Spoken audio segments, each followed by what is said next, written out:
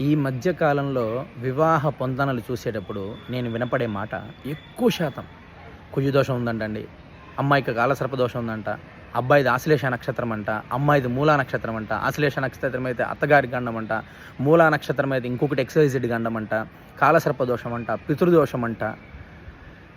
Half నాలెడ్జ్‌తో information spread చేస్తున్నారు. దానివల్ల ఎన్నో సంబంధాలు మంచి మంచి సంబంధాలు చేసుకోకుండా దూరమైపోతున్నారు. ప్రతి ఒక్కరికి చెప్తున్నానండి. పేరెంట్స్, అమ్మాయి పేరెంట్స్ అవ్వచ్చు, అబ్బాయి పేరెంట్స్ అవ్వచ్చు, మ్యాచెస్ చూసేటప్పుడు జాతకాలు చూపించేవాళ్ళు నిష్ణాతులైన సిద్ధాంతుల దగ్గర చూపించండి. హాఫ్ నాలెడ్జ్ వాళ్ళ దగ్గర చూపించకండి. ఇవాళ రేపు ప్రతి ఒక్కరూ పంచాంగం పట్టుకొని జాతకాలు చెప్పేస్తున్నారు. ప్లస్ ఫస్ట్ మీరు అవేర్‌నెస్ తెచ్చుకోండి. కుజదోషం 90% జాతకాలలో ఉంటుంది. కాలసర్పదోషం 70% జాతకాలలో ఉంటుంది. ఇది ఫస్ట్ మీరు అవేర్‌నెస్ తెచ్చుకోండి. మీరు ఫస్ట్ పేరెంట్స్ అవేర్‌నెస్